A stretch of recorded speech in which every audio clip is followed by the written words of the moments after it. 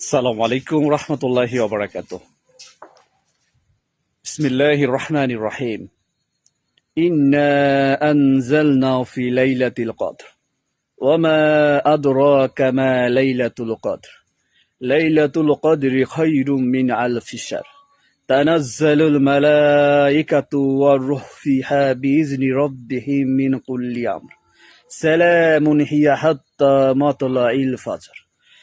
সম্মানিত দিনী ভাই বোনেরা, আমরা আলহামদুলিল্লাহ লাইলাতুল কদরের অতি নিকটে চলে আসছি। রমাদানের শেষ দশক। আলহামদুলিল্লাহ, আল্লাহ সুবহানাহু ওয়া তাআলা কুরআনুল কারিমে সূরা কদর আমাদের জন্য নাজিল করেছেন যে লাইলাতুল কদরের রাত হাজার মাসের থেকে উত্তম।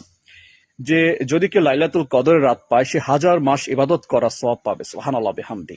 তো যেহেতু কদর চলে আসছে, রমাদানের শেষ দশক, আমাদের কদর খুঁজতে হবে। রাসূলুল্লাহ সাল্লাল্লাহু আলাইহি ওয়াসাল্লাম এই 10টা রাতে তিনি মাজায় গামছা বেঁধে, মানে এক কথা, নিজে খুবই ইবাদত করার জন্য প্রস্তুতি করেছেন এবং তার পরিবারের সকলকে তিনি উৎসাহিত করেছেন।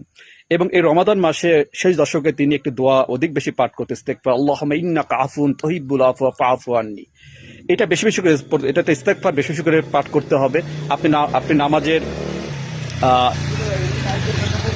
শেষ রাকাতে বা শেষ সালাম ফেরানোর আগে, শেষ বৈঠকে আপনি বেশি বেশি পাঠ করতে পারেন। এবার যে কোনো মুহূর্তে, যে কোনো সময় সালাম ফিরে যে কোনো সময়টা পড়তে পারেন।